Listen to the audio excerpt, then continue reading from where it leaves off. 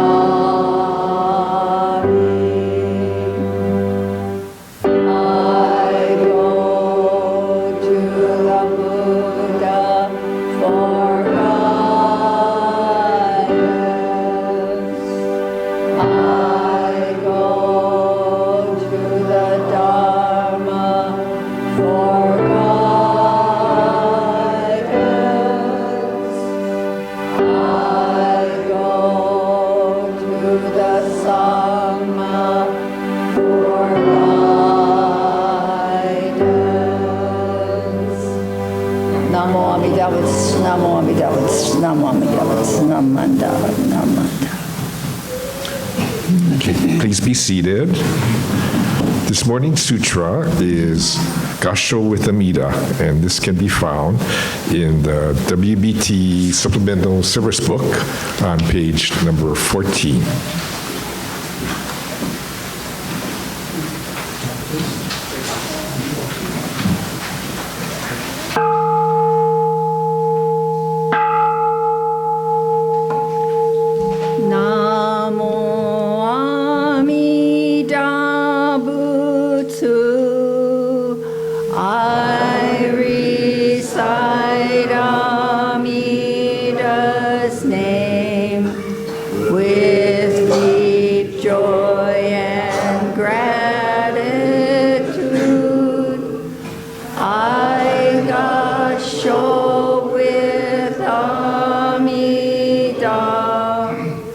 Trees and grasses and flowers all grow in great compassion.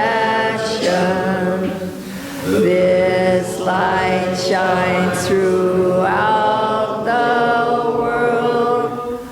I Gassho with Amida.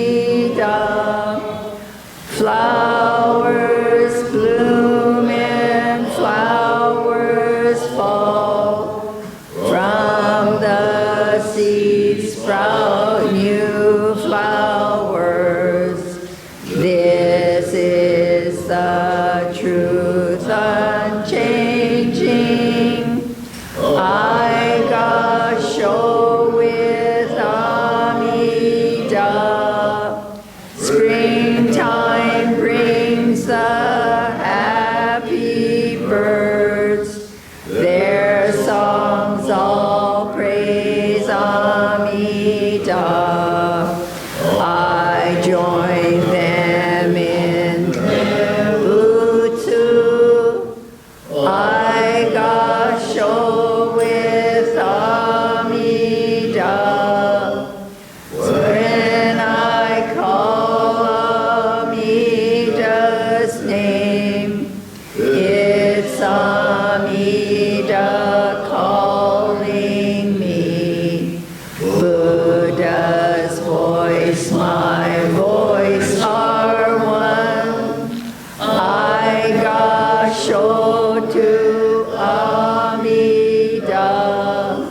When I'm lonely, I recite Namo Amida Butsu.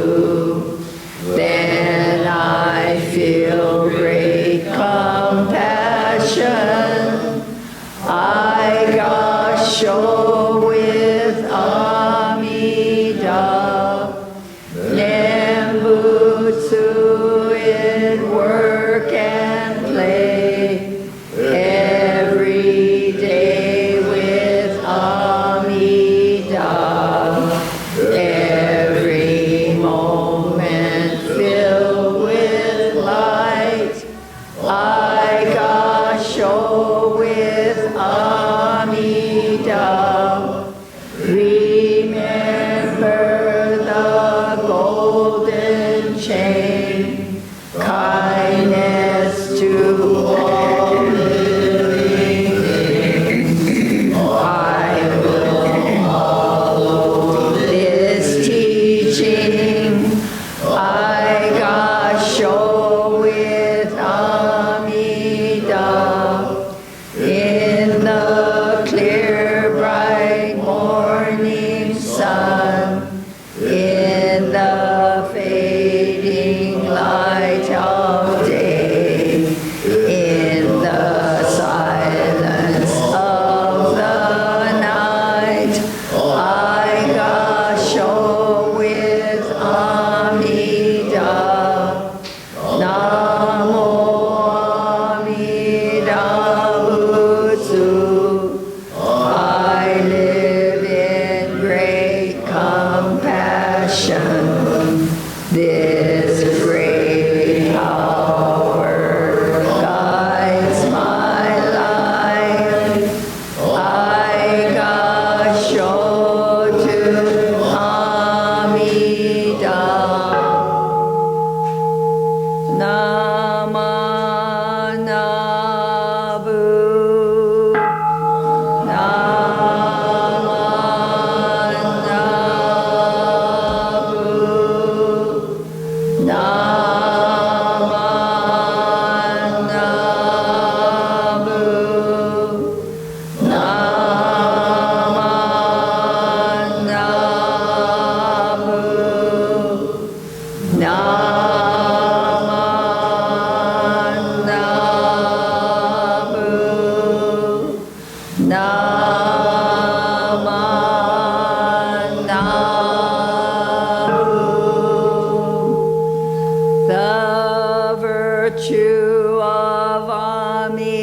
Amida's vow is shared equally by all, together attaining awakened mind. We are born in the land of the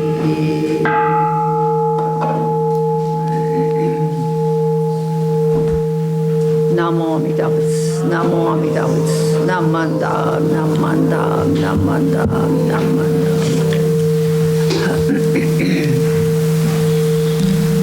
Please rise for the recitation of the Creed, and this can be found in the red Jodo Shinshu Service book on page 4.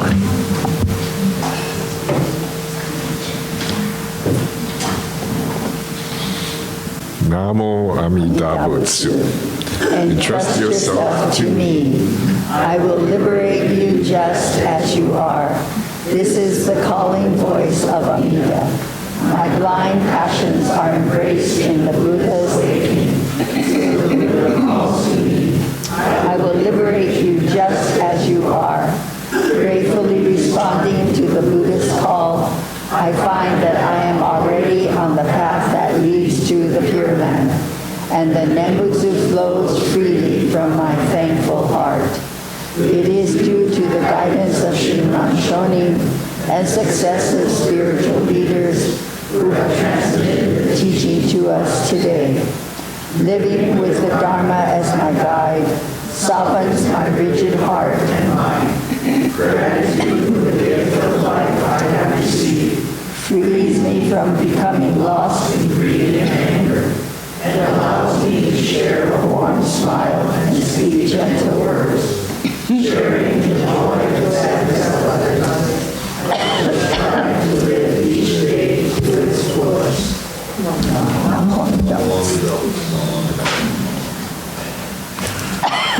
Please continue to stand for our Gatha Shinshu Anthem, and this is found in the Praises of the Buddha, the Brown Book, on page 147.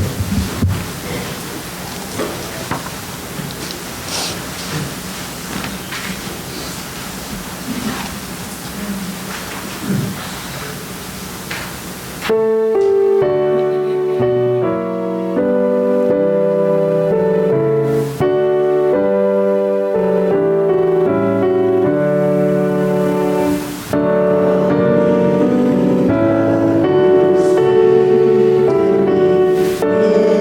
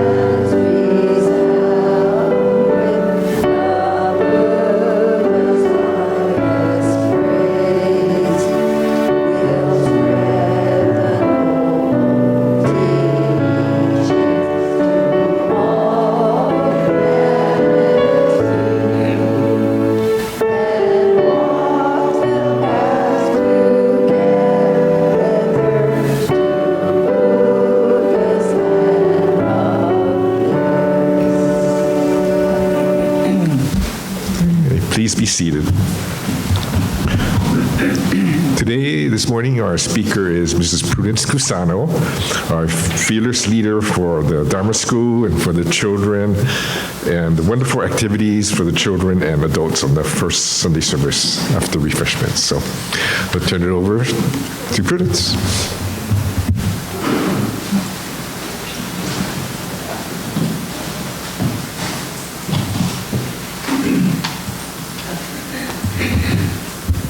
Good morning. Good morning.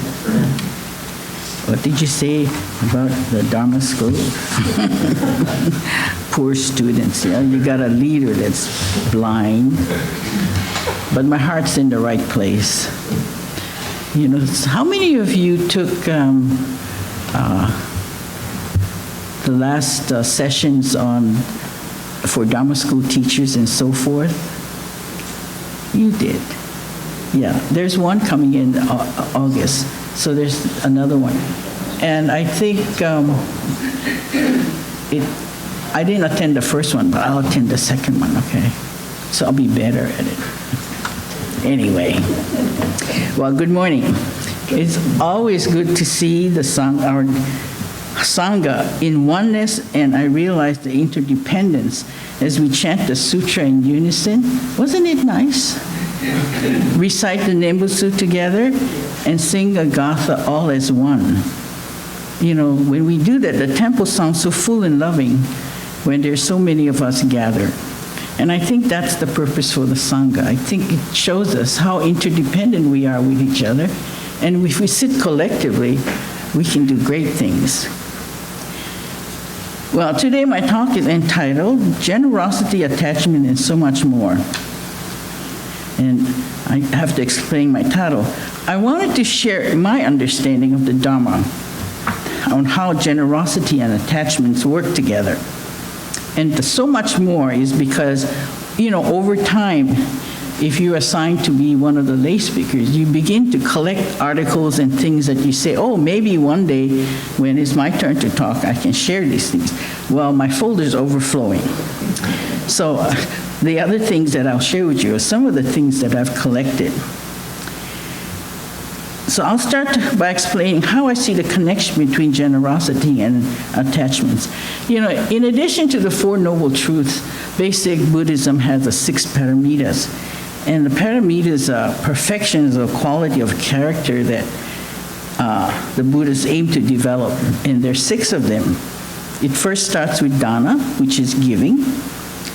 I hope I'm pronouncing it correct now. Sila, which is guidance. Santi, tolerance. Virya, perseverance. Dhyana, meditation. And prajna, insight. So it starts off with giving. And that's dana or giving is the first quality of an awakened mind. And I read an article by this woman, Sharon Salzberg. She had an article called Generosity's Perfection. And in it she says, generosity gives us much joy in forming the intention to give, the actual act of giving, and in recollecting the fact that we've given. And this, she says, builds your self-esteem, self-respect, and well-being because we are continually testing our limits. And when she says this, she says, you know, our attachments would say things like, I will give this much and no more, or I will give this article if I'm appreciated enough for this act I give. And so I think when you're trying to practice the act of generosity, you have to challenge yourself, because what are you going to give? That means you got to give up something, right? Give up something of yourself, give up something that you have. And the author further says that the first aim of dana is to free our minds of these conditions, forces such as attachments, which limits us. And the second, she says, aim is that it frees others, is to free others and to extend welfare and happiness to all beings, to somehow lessen the sufferings in the world. You know, what I shared so far sort of makes sense to me. However, you know, as I thought about it, I was thinking that maybe this is a more Western viewpoint. And I was wondering what the Buddha had in mind, when he said, you have to sort of free yourself from attachments. I was wondering what kinds of things did they have in that day. Today we have so many material things, right? And even for today, if you're a homeless person, how do you practice dana? I mean, you give what you can. And it sort of, when I was thinking about it, I recalled one day I was here and I saw this homeless lady sitting, back there alongside 7-Eleven. And I thought, maybe I'll bring her one of the cards that we have here for the Kailua events, that she might know about that and then go up and have some lunch and, other things that would help her. So as I walked over there, here she is, she's homeless, she has her things around her, and she's eating this muffin or roll. And what was she doing? She was feeding the chickens. She was feeding the feral chickens with the little she had. Talk about being humble. Here I am thinking, I'm going to go help her, I'm going to give her this card. And the little she had, she was sitting there sharing with the chickens. And what do we say about the chickens? Oh, just kill them. But she was feeding them. So, it sort of took me aback, and I said, well, I better rethink my things about how all this goes together. Anyway, I have a lot of attachments to material goods, although, I'm not a hoarder, okay, but I do have a problem. But my favorite reason for not letting go is I always say, I might need this one day. And, when it comes to clothes, I might need these clothes that I was 2 sizes smaller. When is that ever going to happen? By the time the day comes, it's out of style, and who wants it? So while it's in style, if it doesn't fit me, I should go ahead and donate it. But of course, I can always use old jeans to make purses. So if you got old jeans, of course, I'm getting a lot now, so thank you. Let's see. The other thing that I want to share with you is, alongside with what I do about one of these days, I'm going to use it. I have lots of shoes, and so I buy 2 of the same kind, and then I don't wear it, and I finally wear it, and by then, I'm tracking the sole of my shoes as I walk in the temple, and that's very embarrassing. So I think if you're going to buy a lot of stuff, make sure if it's the shoes, you check the soles because it's going to wear out. Now, as the chair of our Temple Social Concerns Committee, I need to thank all of you for your generosity of not only material, but of your time in carrying out several projects that benefit others. I want you to know that your actions have eased the suffering of many and brought joy to the recipients. Whenever we donate to the Hawaii Food Bank, and we do it twice a year, and we help the Kailua House List for lunch and snacks in April, and in October, we're going to be collecting items for the Mai movement and make packets for the women and young girls. And of course, holiday is coming around, and whenever holiday comes around, our temple usually either adopts a family or do something for those less privileged. So, and again, to all of you that consistently bring your own plates for Sunday refreshments, even that generosity is helping us save the planet in every little way. When you think about it, every time we use a paper plate, it not only goes into the trash, some of the plates deteriorate, some do not, but when you think back, when I say we're interconnected, to make that one paper plate requires a lot of water, it kills trees, and so even if we think, it's so little that we do, but I think if every temple did even a little bit, I think eventually it will save this planet. So now I want to share some of the stuff that I've held in my file. One of the things I have been keeping is I saved this 44 Mindful Moves in Daily Life by Thich Nhat Hanh, and they call it Gathas.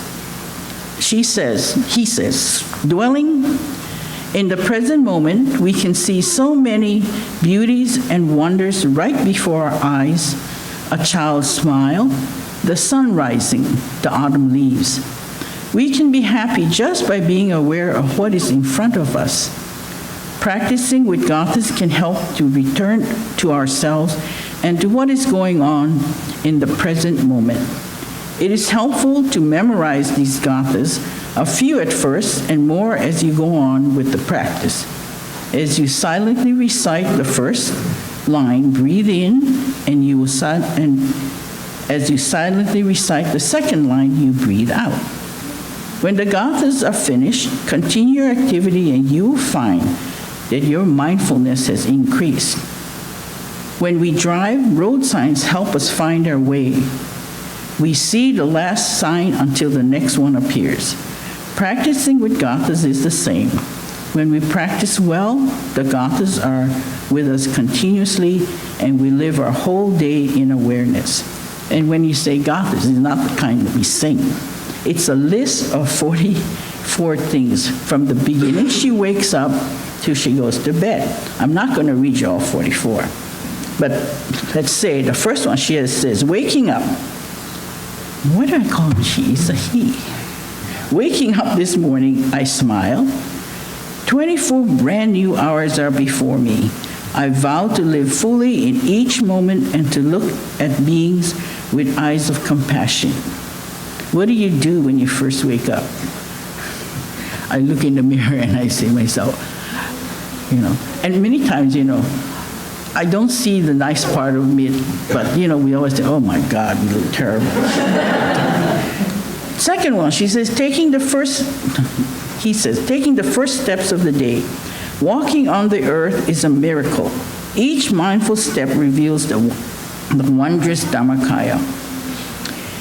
And she goes on, it goes on like that, but what I wanted to share was the one about food. Okay. Before eating, this is because we always have refreshments afterwards. The Buddha advises us to be mindful while we eat, to be in touch with the Sangha and the food, brothers and sisters. When you hear the bell, meditate on the 5 contemplations. This food is a gift of the whole universe, the earth, the sky, and much hard work. May we be worthy to receive it. May we transform unskilled states of mind, especially the habit of eating without moderation. May we take only foods that nourish us and prevent illness. We accept this food to realize the path of understanding and love. When we eat, we just eat because it's on our plate. When you think of where it came from, who worked on it, who gave their life so you could eat it, and that's why we shouldn't waste food. We shouldn't take more than we can eat. Next is holding the empty bowl. Looking at this bowl, I see how fortunate I am to have enough to eat to continue my practice. Number 21 is serving. Food.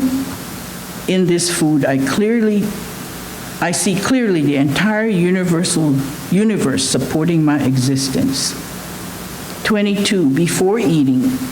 Beings all over the earth are struggling to live. I aspire to practice deeply so all may have enough to eat.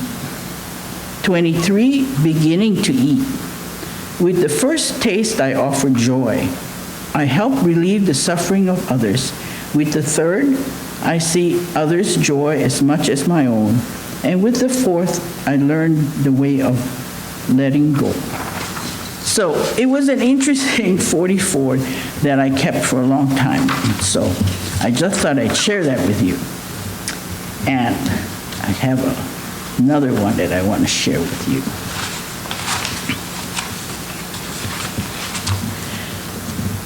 This is a poem that it comes from Kenneth Tanaka's book, Ocean. So if you've read that, it's good. I like it. It's called Just Right by Mark Maekawa Koromatsu, translated by Taitetsu Uno. You, as you are just right. You have your face, body, name, surname. For you, they are just right. Whether poor or rich, your parents, your children, your daughter-in-law, your grandchildren, they are all for you just right. Happiness, unhappiness, joy, and even sorrow, for you, they are just right. The life that you have walked is neither good nor bad. For you, it is just right. Whether you go to hell or to the Pure Land, wherever you go is just right. Nothing to boast about, nothing to feel bad about. Nothing above, nothing below. Even the day and month that you die, even they are just right. The life in which you walk together with Amida, there is no way that it can't be just right. When you receive your life as just right, then a deep and profound faith begins to open up. And I think that means that you got to accept yourself as you are, because Amida does. And it's kind of hard if Amida does and we don't. I think that's one of our attachments, or we never think nicely of ourselves. But whatever you are, we're just right. And I like our temple because I think we welcome anybody just as they are. And I hope all the anybodies that's here feel comfortable and keep coming and welcoming others. So of course, I could go on, but I don't. In conclusion, thank you for allowing me to share with you my own understanding of the Dharma. And when I'm listening to a lecture on Buddhism, I think to myself, that's what it means. So now I understand it. And right after the lecture, you ask me, and I don't know what I heard. So what does that tell me? You can't just sit through one lecture and get it all. Just like you can't just come to one Sunday and hear the Dharma. You almost got to come on a regular basis. And I think each time I come to Sunday service, I learn something new, and it just begins to make more sense. But I'm not there yet. But thank you for listening to my walk. Put your hands together in Gassho with me and repeat the Nembutsu. Namo Amida.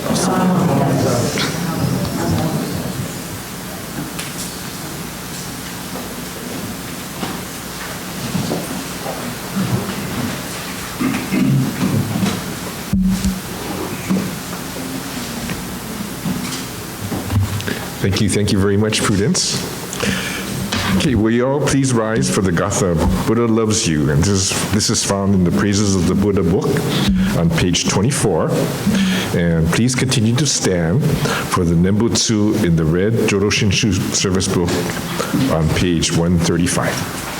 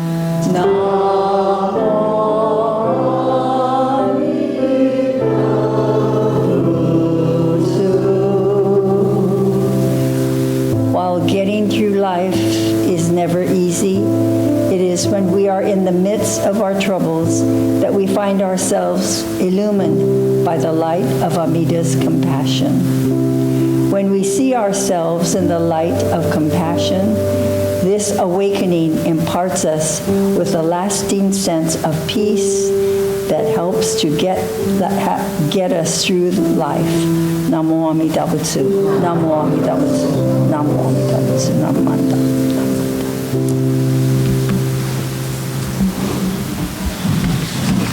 Okay, please be seated. This concludes this morning's service. And next up, we'll have announcements from our president, Dennis.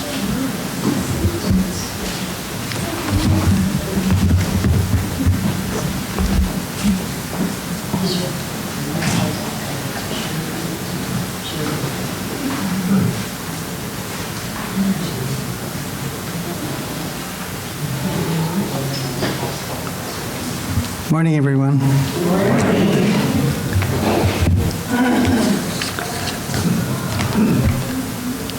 Thank you, Prudence, for that interesting message. I think that applies to, I'm sure, many of us.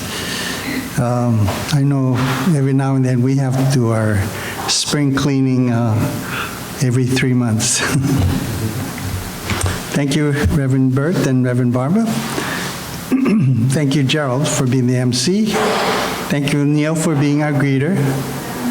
Thank you, Cynthia, for ringing the Kansho. And to Joy and Lisa for playing the piano. And of course, thank you, Ryan, for recording this service. The first thing I want to do is say thank you to all the volunteers that helped us during the Obon season. From putting up the yagura to, of course, cleaning the temple, cleaning the yard, to making the takuang, making the birimeli namasu, making all the manjus and everything that had to be sold in the country store, helping to prepare the teriyaki sticks, the meat sticks, and preparing all the flour mix, dry mix for the handagi, and that's all beforehand. Then Saturday, then decorating the yagura. We had some very artistic help. We had some very generous donors of the plants and flowers and everything else. So the yagura looked always, as usual, beautiful. Then, of course, we had to get everything else ready, from putting up the chochings to setting up the food booth. And come 5 o'clock, the country store opened. 6 o'clock, food lines started to move. But thank you. It was a busy night. We didn't have quite a large crowd as we had in the past, but I know you all worked hard. Thank you very much. And anybody else, just thank you just to be there. I think everyone who comes really enjoy ourselves. Next Sunday will be our monthly remembrance service. So if you would like to remember a loved one who passed away in the month of July of any year, you may do so during the service. Please add your name to the list at the greeter's desk. And if you have a picture of your loved one, please bring it and we'll have it set up front. Reverend Barbara will be leading the service and providing a Dharma message. Next Sunday service is the final service for this summer. It's August, during the month of August, there is no Sunday service. And this service will also be the last service for Reverend Barbara as our minister. So please be here to wish her well, wish her our fondest aloha and the best for her future. Now in August, although we will not have regular Sunday service, on the first Sunday, August 4th, we're planning to have a joint picnic with Moilili Hongwanji at Ho'omaluhia Botanical Garden. We're still working out details, and I'll have more information again next week. But please, there is a sign-up sheet, so please sign up. We'll be having games and different things, but also we'll be providing bento lunch, so I need a count, yeah? Any questions, you can ask me. Hawaii Betsuing is planning a field trip to several important sites in the Aiea-Ahupua or district on Friday, August 16th. The event is sponsored by the Mary Mikahala Foster Legacy Committee in coordination with Dr. Kyle Kajihiro of the UH Ethnic Studies Department. The sites to be visited include a heiau. It's a medicinal or healing kind of heiau. Also an ancient fish pond. It was totally overgrown and everything, and they've kind of cleaned it up a bit. And also the general area of Pearl Harbor it's called Pu'uloa. It sounds very interesting. I have a flyer up on the bulletin board. You can get more information, and there's a link to register for it. There is a cost of $30 that will include a bus ride from Betsuing. So you'd have to meet at Betsuing that day, August 16th. I guess the bus will leave around 8:30 a.m.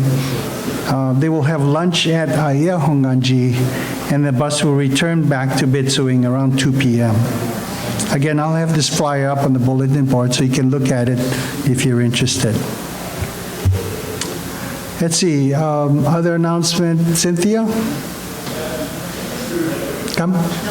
Oh, no announcement, okay. All right, if not, time to have our refreshments. So if we could have our words of thanksgiving.